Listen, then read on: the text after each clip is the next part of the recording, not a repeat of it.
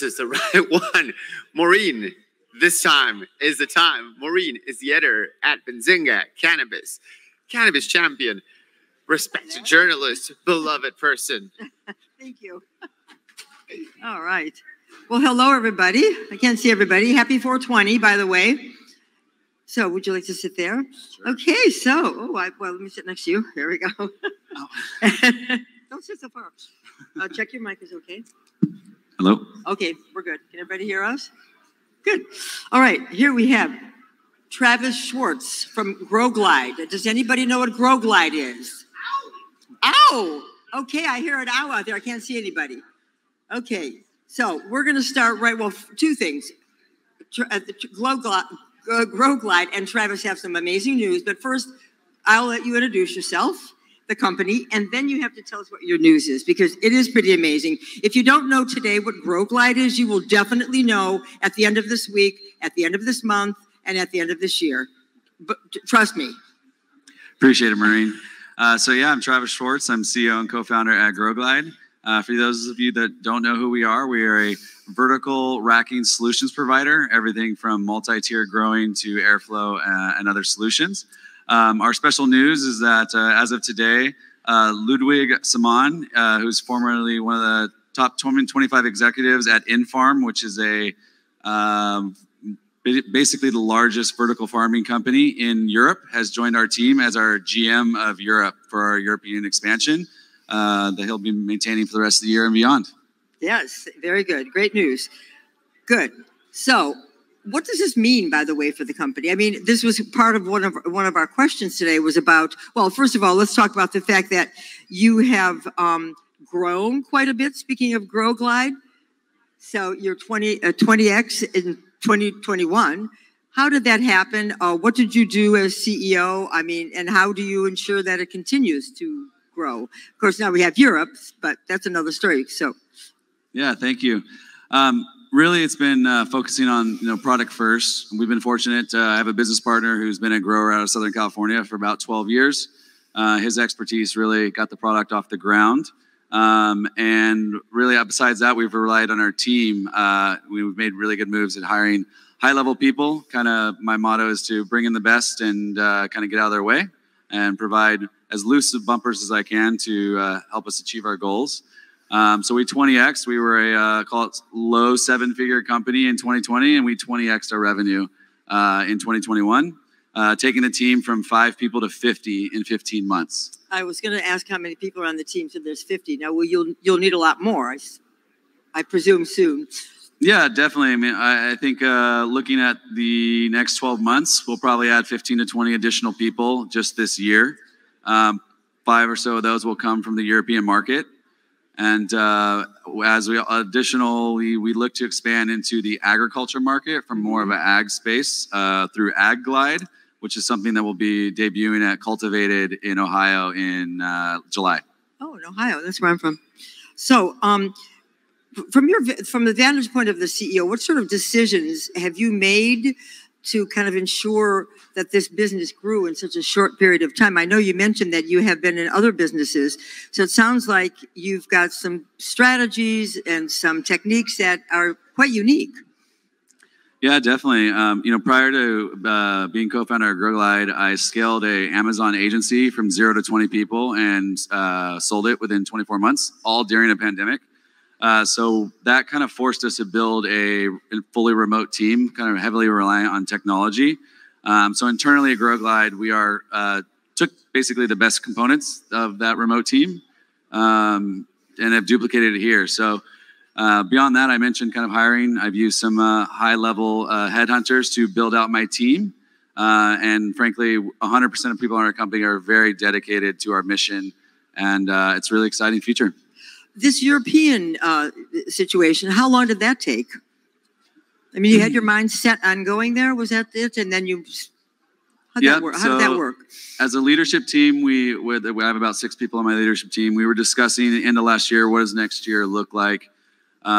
Germany became announced in September that they were going to become a recreational market, which is going to be a longer process, but based on that, we thought we'd be the first mover to market. And Ludwig, who I mentioned earlier, who is actually based out of Berlin, Germany. And we really were just noting that we needed to be there, right? In the U.S. space, we were not the first to market, but we believe we are the best in the market. And so we looked to Europe to kind of follow the footsteps of the United States, Germany kind of equating to California. So we fully expect that to move faster based on what they've learned and seen. They can review historically for the United States. Did you have your eye on Germany because Germany is predicted to be, well, it will be such a huge market, or were you just looking toward Europe? I think overall we were looking towards Europe, but definitely because of the expansion in Germany, that was a focal point. A key ingredient for us was to get the right individual who also brought some ag tech experience for other future growth goals that we have. Mm-hmm. Are you intending to sort of expand into adjacent areas, or are you going to stick with the growth? What's your plan on that? I mean, you can kind of do anything you want, it sounds like. Yeah, that's a great question. You know, I think for us, besides Europe, cannabis market, expanding to agriculture-based market here, I think key growth areas are really around providing more value to our customers, whether that's M&A activities that we are actually exploring currently, to provide more products or allow us to service a wider customer base, maybe meet customers who aren't ready for us yet, but would be ready for a different product line. And in the future, I envision us ending where we have more of a grosglide operating system. So think a tech-based workflow, SOPs, how to grow multi-tier. We're always at grosglide, we're always solving for what is the reason that a customer says no to wanting to buy our product. In the beginning, it was the airflow is an issue. So we came out with our air glide system, which is a patented product developed primarily by following a manifold turbo system from a car. Then it was, how do we solve for the issue of working at heights, right, in a safe way, efficiently. So we came out with our patented grow deck system. Now the main reason that people say no is they've been growing single tier for so long. And nowadays most investors are becoming more intolerant of that just because it's not the long-term profitability model. So we're focusing on fixing that answer of no, we don't grow multi-tier because we don't understand it. I don't know the steps, the systems, the processes. And we're going to try to solve that from a SaaS viewpoint. What about lighting? We were talking about lighting before. First of all, are you a scientist? You remind me of a scientist. You sort of solve these problems that seem pretty difficult. Are you a scientist, or are you trained as a scientist? Definitely not a scientist. Not, I actually used to be a cardiac ICU nurse for about 4 years, but that's science. Not quite science. Yeah. Oh my gosh. Yes, lighting. Lighting. Yes, tell us about lighting. That's obviously key. A key topic. It is required for the vertical environment. Yes. We don't do lighting. We do not ever intend to do lighting. Right. Most of the lighting manufacturers in the space are some of our best friends. They tend to send us lots of referrals. Our system is designed to mount any light directly to it in a very simplistic way while reducing the least amount of kind of space loss, right? Because your height in a room is your most important thing. So as it pertains to lighting, all systems will work with ours. We do have some very cool tools, technology-based, that our teams put together. One of those is a augmented reality system to where you could actually, it's at ar.grosglide.com, and you can drop one of our racking systems right here in front of us on the floor and have it shown with one of 10 different major lighting companies in the space to really see the kind of the fit and finish of how it works. Wow, that's amazing. Now, you mentioned airflow. I'm sure you heard about Michigan in the last year or so, the last couple of years. They've been having some pretty serious problems. I imagine that it's not just Michigan, it's just that Michigan has been the highlight. It's been highlighted lately with the airflow and the fungus and the mold. And that's obviously part of the airflow situation, is it not? Yeah, I think you're mostly talking about like the filtration side of it. Yeah. So our air glide system, we do have an optional filter component that you can add on. Mostly the air filtration is going to be more of an HVAC company question, which isn't really us. But so I can't speak too much on that, but we do have an option to add additional filtration within the air glide system in the room. Okay, good. Now, so I want to ask you, so what are your predictions? What do you think is the future of vertical growth in the United States and Europe? But let's start with the United States. Yeah, so right now we believe that about 90% of all cultivations in the United States are growing on a single tiered environment. That alone in our calculations represents about a $3.2 billion conversion to switch from single tier to multi-tier, not even counting the future builds. And we're seeing about 1 in 20 currently are an upgrade from single to multi-tier. 19 out of 20 are just starting from scratch as a multi-tier now that they kind of understand they have the systems and processes built out. So, we work with everybody from the craft grower all the way to the MSOs in the space. An interesting stat we have is our average customer is about $375,000 per customer. And we installed about 500,000 square feet of canopy last year across 67 installs, which is, I want to say, about a dozen states. So yeah, we are a big thing that we've kind of going back to problem solving. We use a lot of tech tools, and internally we're constantly changing. It's definitely a startup environment around our parts. But we have some very interesting approaches. Besides the manufacturing, we have 8 to 9 manufacturers across 3 countries in order to keep up with our supply and demand. And we internally are kind of one of the biggest roadblocks we ran into is installation. So we actually install all projects, not necessarily directly, but through a subcontractor network that we built out. So in order to continuously scale that, we created what we call the grosglide University. And the grosglide University is in the event that when I was going to sell you a project, you said I need it in 2 months. And I said, hey, sorry, all of my current team is busy. Most of the time you have your own GC who is capable, but just hasn't learned the system. So we would invite your GC at no cost to them to come out to our facility in California, where we basically have a university system set up. We have an online training portion that they go through. Then they come down and spend 3 days on the ground building the system with our team, learning it. They get a certification like a university. And from there, they now can go back and install your project and you'll still maintain your warranty. But from the long-term perspective, once they do that, assuming they did a great job for you, the next one we sell to someone nearby you, we're going to be able to utilize them. So we're creating this like self-growing mesh network of installation partners. Yeah, and also sharing knowledge is really important in this industry because it's so young, and not people think they know how to grow, but if you're going to grow in mass, you really have to know a lot more, and you have to control the environment. So you're providing a service. Yeah, definitely. I mean, and without that really wasn't an intention as we built out our sales team, but we have focused on bringing in knowledgeable individuals who actually have real life grow room experience, and unintentionally became somewhat of a consultant for people who are trying to figure it out as they go along. So it definitely is it's a very exciting time. It's a very exciting industry, as I'm sure everybody here is aware. That's why we're all here, and we are very much a supporter of the roots and suits environment where we kind of, that's in a way, that's what me and my business partner are. I'm the suit, he's the root, but because of that, we understand both sides of the equation, which has really helped propel our growth to this point. Yeah. How is the current very changing and fluid situation, somewhat hopeful, maybe not, in the United States in terms of legalization? How does that affect you?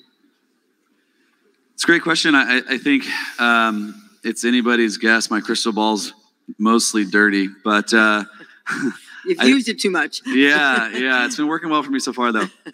Anywhere from 3 to 7 years is probably the federal legalization would be my guess, but my guess, like I said, is as good as anybody's. As it pertains to us, though, we are fortunate to not really be limited by the regulatory market, right? Our system is applicable for all growers outside of cannabis, hemp. The economics don't usually make as much sense for like indoor hemp. That's more of your large scale outdoor, and I'm really excited to see that grow in the future from a construction materials standpoint. On the hemp side, that's a separate conversation. And I'm excited to see the agriculture market really take off. There's not really anybody. It's a very interesting space. The ag space is effectively getting unlimited capital dumped into it, but no one's profitable in the vertical ag space. They're all solving for a known problem that's a decade in the future, right, around food sustainability. And they're all making their own equipment. So literally every company who's in space has a full engineering team, and they're trying to make it all. And just because there's no great solution. And we at grosglide and soon to be agglide expect to help solve that problem. You mentioned sustainability. So it sounds as though built into what you're doing is sustainability, as opposed to people growing out of doors under the sun.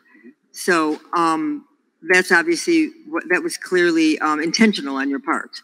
So what do you think about the growing indoors as versus growing outdoors? I think that they both have their place, right? Most markets nowadays, we're very focused on the growth in the Northeast, places in New York, New Jersey. Space is precious, and so going vertical. And sun is rare. And sun is rare, exactly. So that's really the only option is to go vertical.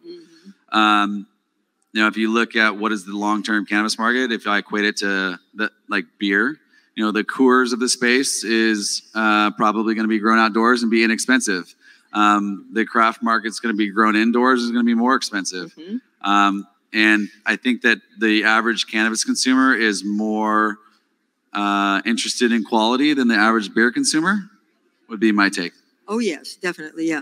Now, before we run out of time, I want to talk a little bit more about your background, which I think is interesting. You mentioned it because I think people here need to know that when they get involved with somebody, that they've come from a background that is varied, successful, interesting, and diversified. So tell us a little bit more. I mean, you're young. I mean, how did you get this, to where you are? What did you do during your 20s? You were a nurse, you mentioned that, and then you got into business and things took off. Yeah, so I'm like a third generation entrepreneur. My grandpa had a TV repair shop. My parents had a archery store of all things, bows and arrows. So I kind of grew up. Bows and arrows? Bows and arrows, yeah.